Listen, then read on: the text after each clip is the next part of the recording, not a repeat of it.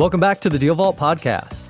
If you're a real estate investor looking to scale, secure funding, and learn from real deals, you're in the right place. I'm Greg, and together with Nate and Sarah, we'll sit down each week and break down market trends, funding strategies, real deal stories from our investors. Now, if you're ready to unlock knowledge, relationships, and capital you need, let's open the vault. Welcome back to the Deal Vault podcast. We have our long lost friend back from knee surgery. We're really happy to have you back in the podcast house. Haven't seen you guys for 9-10 weeks. I know. This is the first time. This is it. So, you are alive. I just think, given that, I would love to kick off with the kind of question that a lot of people ask when you meet somebody or talking about work is, are you if your preferences were given to work from work or work from home, what would you say, Nate? Well, we talked a little bit about it before we started recording. And I mean, the reason that I love working from home is because of all the other things that I can accomplish. So it's not really productive for work in and of itself. Yeah. But after knee surgery, I had to work from home for 6 weeks because I was non-weight bearing, couldn't drive, I was on crutches. So I did get a really sweet over the bed desk. Yeah. So like it was a desk that like morphed into like fitting over a queen bed. So I could, Yeah. Not breakfast in bed, work in bed. I mean, it was both. Hannah hooked me up with a lot of breakfast in bed, coffee, all the things. And I still had my leg propped up, but So working from home with having post knee surgery where you are stuck in bed, you're not able to like be distracted by all of the home projects, I couldn't laundry, do anything. things like that. So that you probably were still pretty productive with work. Oh, from yeah, home. Maybe, for sure. yeah. But as far as like typical work from home, it's really productive, just not for actual work tasks typically. Yeah. Because I'm like, oh, I needed to fix that sink. I need to do that laundry. And I will find every excuse to just step away really quickly to. So bash, if we want productivity for work from home, bash employees in the knees. Is that what I'm hearing? In the video, you have to disable us. Disable them. Yeah. HR probably won't like that. No, Right. guys, I'm gonna put it. Yeah, she's under there. I was on. Thumbs down. Yeah, Tight. no. Noted. What about you, Greg? Work from home. For me, truly for me. Like I do not like it. We have to do it on occasion when there's snow or ice on the ground or whatever. And all those projects are just chirping in my ear. And I squeeze in a little bit here, get back to work, and then I end up not being productive in either. Yeah. And in laundry needs to get done and blah, blah, blah. So, I mean, our life is laundry is not done because we're getting it done here at the office. Is the actual, like, let's be real. Laundry still needs to be done because I'm not at home to do it. But I really actually don't enjoy working from home much at all because I just feel non-productive on all facets, and I just get the heebie-jeebies with that. Heebie-jeebies. Heebie-jeebies. That word you don't hear very often. Yeah, I'm a like workout from the gym. I'm a work from work person. Like I just feel like it helps me focus on what I'm working on. I don't like to be like kind of divided. I feel like I can't do the house stuff, or especially in the summer, if the kids are out of school, like I can't be a good mom and be a good, employee or just team manager. And just, I like to be able to check in with the team. I like face-to-face conversations and being able to have that as an option. I know COVID was good. We can work from home. It's great that we can do that if we need to.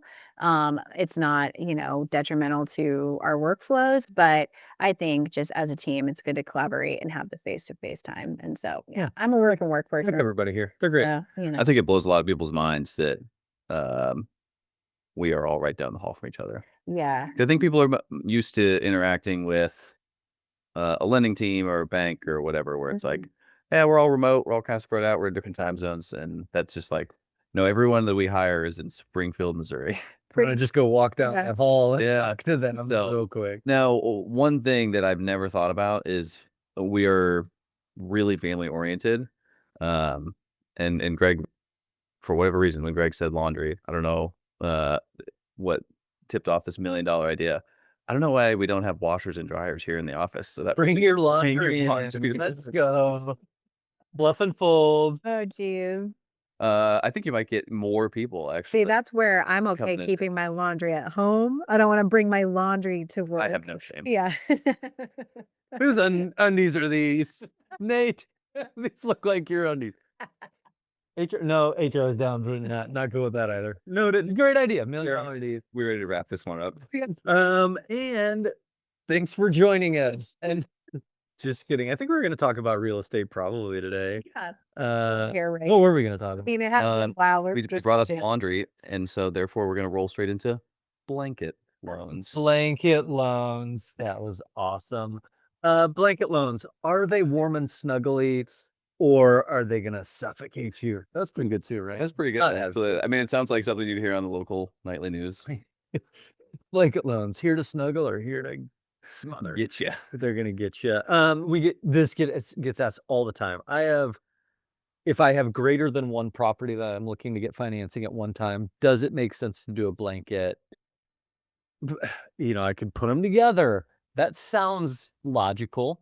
Fair enough. One set of docs to sign. Yes, your likelihood of getting carpal tunnel is decreased. And from only a single loan. monthly One payment. which is comes- that actually is kind of nice. Yeah. Yeah. But is there a darker side? Really good question, Greg. I get to address this a lot, and so clients just say, "Hey, can your team handle more than one deal at a time?" Yes. And yes, Yeah. it's I think we've run me personally, and we've done up to 35 for a client of mine, and we've gone with an even larger portfolio before for another client. So the ability for our team to handle the volume, totally fine. The next question I get is, am I going to get capped at 10 investment properties or like I do in conventional? Fannie Freddie will only let me do 10. Right, So exactly. you can only let me do 10, Nate. Right. So that's not necessarily the case for our, Yeah. Even if they just wanted to do like a multi-pack, which are not cross-collateralized. Right. Yeah. Yeah. Either. So you don't have those same caps in place because this isn't conventional financing. So Right. the institutional private lenders might have a certain exposure limit where they're like, hey, we're only going to lend $3 million or $5 million to this certain person. But even then, those lines get extended as long as you are doing your part. What I have seen, and this doesn't come up that often, a lot of people talk about it, it's like, well, let's see when we get there, is then they're just going to say, we'll just ask for a couple things from you, i.e. they just show us your global liquidity, and we're going to take a look at the whole portfolio and make sure they're cash flowing, make sure you're making your payments on time and you're in a good position. Yeah. Thumbs up, we're approving you for another 3 million. Yeah. Is what I have seen in the past. Is it's not a hard limit. It's here's where the limit is before we just let's do just a one time or every once in a while global look at, hey, are you in a good spot as an investor? We don't want to put you in a bad position. Not we can't do this because some unknown secret reason. It's just a built-in pause. Are you in a good, healthy spot? If so, I've seen that get approved every time. And if that ever became an issue where, hey, I tapped out $5 million worth of exposure with this lending team, Nice. guess what? We You can better. just move on to the next lending sure. team. And so Yeah. it's the same. The answer, I think, parallels fitness. When somebody says, well, I don't know if I should start lifting weights. Like, I don't want to get too buff. Right. And it's like, you know what? When you get to that point, when you're too buff, you can make the decision to stop lifting weights. But until then, let's just see how it treats you. Let's see how it goes. And so same thing is like, hey, is there a certain exposure limit I'm going to reach? Challenge accepted. Why don't you just try to get to that point Right. and see what happens then? Which again, even in our space, being very vastly different from the conventional world, like there's options where if you do want to keep working with the same lender, like Greg said, you can provide bank statements, financial statement, and just show, hey, here's where I'm at now versus when I first started with Business these guys. decision at that point. You work with us and we can say, hey, here's another lender that is essentially like similar enough to what you've had that we can pivot over to that you have not originated with or have not met their exposure limit with. So a couple options like that. Yeah. So, I mean, that's a little bit of a deep dive into, am I going to get, capped at a certain number, whether it's number of properties or amount of money I've borrowed? Ultimately, the answer is no. And so the next thing that I address is what are some of the hairier parts of tying multiple properties together. There's some baggage. It's not just less paperwork to sign in one payment. Yeah, Those are true statements. those are true statements and those are pros. But for one, we have to make sure that the properties that you want to cross collateralize all are a good fit for cross collateralization. Right. Like there's certain minimum values or minimum loan amounts per property or a minimum DSCR for that entire blanket loan Yeah. that we have to Yeah. hit. And so there's a chance that, hey, your properties look really good as individual assets, but as soon as we try to portfolio them, I don't have a program that works for that, and can meet that requirement. But if all of your properties do, check that box, meet that requirement, I give a side-by-side comparison of here's what individual loans look like, here's what blanket loans look like. The rate, no different. Honestly, sometimes blanket and portfolio loans have higher interest rates. Yeah. Right. And sometimes even lower leverage. I've got a program that only offers 75% for a blanket loan instead of 80% that you can get on individual assets. And so these are the things that I'm thinking through. Yeah. And then the other implications are, how do I exit this blanket loan and can I release these properties individually down the line? So I've got all 50 of these properties tied up together, and somebody is like, I love 123 Main Street that you own. I will buy that for $1 bazillion. Yep. You're gonna do that deal, but you're in a blanket loan, Yeah. portfolio loan, basically the same thing. Yeah. This is where it's a little less than warm and fuzzy blanket. There is some baggage. Yeah. What does that typically look like? Sure. This is not a rule, but it's pretty close to a rule. Yeah.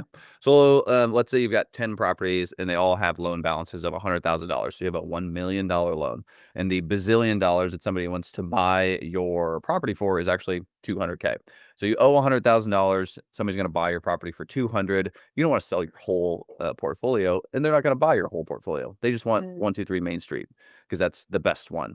And they're willing to give you $200,000 for that. When you sell that property and get an individual release for just that property, now you're only going to have 9 in your portfolio of 10. Then what the payoff of that loan oftentimes is not 100%, but 120% of what you owe. Yeah. So your $100,000 payoff actually turned into 120. So you're going to net 80K from your sale, not 100K.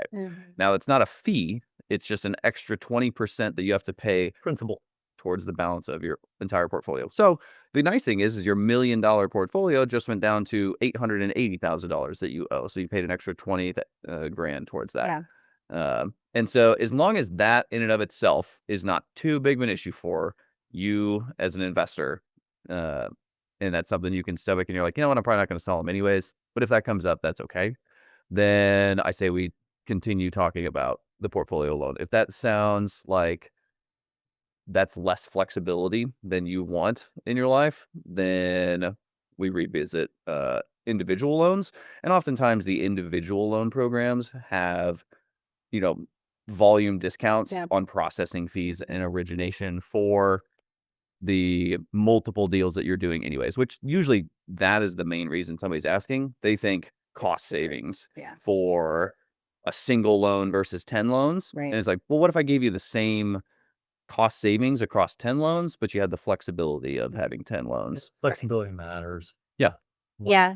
Which again, like you were saying, is like as an investor coming in and looking at those properties before even coming to you or strategizing with you is like, are all of these in the same type of condition for a rental loan, right? Are there some with deferred maintenance? Or like I was just looking at a 10-pack the other day that came in, and one of the properties had like parcel issues, and there were like 3 properties together, and we were trying to do it as a blanket, and it's like, we need to pull this package out, because if this package of this property is still in this package, like this whole file is going to get stalled out because of one deal. So I think making sure as an investor, or like you guys were talking about, is like, are there some properties in this pack that I might sell, or they might be people interested in buying this from me, and I'm going to be locked in. So I think coming in with that list and really looking through it and discussing, okay, what are your goals here? What is this like individual properties in this deal look like? Because if there are a lot that could slow this whole package down underwriting wise, like you might be stuck because of this one property versus if you did it as a multi-pack that we ran simultaneously, you could you could stagger the closing and not get stalled. And that's Yeah. one thing as far as like processing, which is Yeah. your lane. Like if processing a 10 pack versus 10 individual loans, a lot of similarities, but like what are you've already highlighted some of the differences. Yeah. But what are some of the So, other I mean, obviously, portfolio multi-pack, you're going to need to get individual appraisals on each. So, again, we can do discounts typically with AMCs for multi-packs. So, that's going to be the same. Title work, that's going to be a difference there, right? I mean, you're still going to pull the title searches on each property and they each need to be clear, right? So, from that perspective, you're going to do a search on every property individually, except for you've got one title commitment, one title order on a portfolio. You have individuals. So each file gets its own title, which again can be a positive or negative. If you have a property that has some title issues, like, and you keep that in your package, right? You have one that has, parcels that need to be separated or outstanding tax liens, things like that. You probably don't want to run that in your blanket loan, right? Other things, insurance, obviously, each property is going to need to have individual premium, whether it's a package, portfolio, policy, or individual policies. So the costs there are going to essentially be the same. It's just a blanket policy versus individuals. package portfolio Package policy? portfolio policy, yeah. But again, I think, like you said, the transaction is going to be done in one like closing, right? It So must. lender fees on paper may be less, right? You've got one underwriting, it's maybe a little bit higher, but the rate might be higher, the leverage may be a little bit lower. We can usually close a multi-pack faster. And I would say more commonly, what we see, I think, from you guys having the actual conversations, looking at property details specifically, we can get, the cost down for a multi-pack and we're not stuck. I think a lot of people don't realize that if you keep all those together, not only are you stuck if you go to sell one, but you're kind of stuck when you're underwriting it, when you're processing it, and being able to keep some of those things moving forward, start getting cash back in I just think of like their pockets. you got one stinker in there, Yeah. right? You can't get access to the property for the appraisal. All the other ones go sing. Yeah. If there's one, Yeah. guess what? All of them are Yeah. held up. Yeah. So like, and that's just the appraisal. What if DSCR? What if X, Y, or Z? It takes one stinker Yeah. that you didn't even anticipate. And insurance is weird on this one, or it doesn't even matter. The one can hold up Well, the whole pack. And I'm telling you, like in most cases, like there's usually one that has There something is. that you can't even anticipate. And even if we are running a multi-pack, sometimes you can see that because if that original loan that they're taking out is a portfolio loan and it was 10 properties under one loan and we're running them all simultaneously, we can usually or separately, we can usually work to, talk with the previous lender, say, hey, we're ready to close some of these. But there's usually one straggler that is like got some sort of title, insurance, appraisal defect that we're like, okay, we can work around this. But even if we're not going to like a full portfolio takeout, like we still see if we're taking out a portfolio loan that it's like, okay, let's just try to get this done.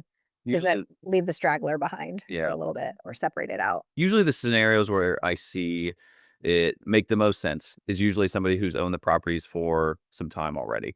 And this is simply refinancing. Yeah. You've got a 5-year or maybe a 10-year local bank loan that's about to balloon. You've got some HELOCs that you've taken out on those properties as well. So you've got some second liens. Like, let's just clean this up, pay it all off. This is a set it and forget it, Yeah. fix. And like, I'm happy with the condition of the properties is really strong. Right. The cash flow is great. I've got good long-term tenants and these people aren't necessarily wrecking shop in my rental, and I'm not going to need to do a full gut rehab when they move out or anything like that. It's like these are nice properties that I'm ready to just set aside. Yeah. And so then we go through the heavy lift of that, portfolio or blanket loan. But the next time they transact on them is when they sell those to the next guy in Yeah. As a 15 or group. 20 years. Yeah. Yeah. Yeah. I think, like you said, the stabilized, properties that investors like own for a while, they've, are free and clear, or they've, got a lot of equity built into them, and they don't have any plans of selling them unless they're going to sell all of their investment properties and like retire as a Yeah. real estate investor. Like that's a good bet, but still knowing that it's going to probably take a little bit longer than like a onesie, twosie, five. The thing that I, always would tell borrowers is like, having done this a time or two, it almost never makes sense to consider a portfolio loan if you have less than 10 properties that you're looking at. Just do them individually. The baggage it's just not worth it. Yes, you can say truly you can save probably a couple of dollars doing the portfolio loan, but it's we're able to narrow it so much that it's like, okay, $500 over 10 property, like, but the flexibility that you forfeit is just not worth it. At 10 or more, it's like, let's really consider both of these and see where you're at as an investor, and see which makes more sense. Notwithstanding, even in those scenarios, I would usually recommend, even if we come to the portfolio or blanket loan recommendation, great, thumbs up, let's do this. That's what works for you. We're in. Is carving off a few properties as dry powder, is what I would call it. That your most highly marketable properties, that if something happens in your life, this is your insurance policy. You can go refinance or sell this one or these few that we're going to do as individuals, where it won't degrade the other asset. Because at that point, the loan is an asset as well. Like, it's intimately tied to all of those properties. I can carve off a few individually that I can deal with much easier. I get the benefits of the portfolio loan almost entirely, but I have a few dry powder properties for the rainy day or flexibility or whatever. FYI, that's an option as well, and it makes sense for a lot of people. Yeah. Well, and lo and behold, many of the portfolio minimums that Yeah. our lenders have align with your recommendations anyways, which is Uh, it has to be a minimum loan amount of $500,000 or a minimum number of properties yeah. of 10, Which right? that So was we're the getting out of bed. that was the one thing I was gonna highlight, though, is there are some investors that, like, they don't have an option to do a single standalone loan because maybe they're in an environment where the minimum property value, it doesn't meet, what we have for one single loan. But we do have some products where it's like, hey, if you put a package of them together, the global portfolio minimum could work, but Yep. the individuals, like, I don't know if you guys want to talk about that a little bit. We have some products where it could work here, but you couldn't Yeah. do I it. mean, there are turnkey properties out there that appraise for less than our minimum property value requirements as a single asset. Which And is usually like kind of what time, like what price point are you looking at? yeah, so I mean, Like, minimum asset property value has to be 75K in order for us to just do a single loan on it. But I see folks buy properties all the time. Hey, I that's got insane I to got me 3 still. properties that I'm buying Yeah. for 200K. And it's like, okay, so that's like, 65 to 70 per property. Mhm. I do have a program that can work with that, and so that's when it makes sense to bundle them together, because it's like, otherwise You don't get financing. you don't get financing. Yeah. Right. And you So, don't own them. and these will be tied together. Now, Yeah. the program that I'm thinking of actually requires 25% down instead of 20%. Now, at that price point, not a huge deal. No. And but there are some implications of certain programs, this one that I'm thinking of in particular, where you can't individually release one property. It's when you go to refi or sell, you got to pay the whole thing off. So that loan that you have across 3 properties, when you transact on one of them, you will transact on the other 2. Which is good to know ahead of time. Like, I know that people are not telling their customer that. That's And they only find out when they go to sell or refi. Yeah. oh crap. And I have to do all of that. I wasn't prepared. I'm under contract with this person that I do need to execute Mm. the what this contract says, and they're stuck. All of a sudden, they're doing refinances with their sale. And you're hosed. So golly, I know that people are not telling just to get the business. It just makes me sick because that's a big deal that someone needs to know. If you want to buy those properties, I mean, in this DSCR environment, you have to take that loan. Yeah. But that doesn't mean you can't know what's going on with your loan. It would be nice to know that so that you can make future decisions. Like, And some folks might not be, some other individuals who might be talking about these loan programs with a borrower. It could be that they're, you know, just unaware of the program guidelines. have to have some experience to just be, again, that maybe they're not even doing that nefariously, but like Sure. that's where experience can really, really be helpful. Is like, hey, by the way, this is a thing on this loan.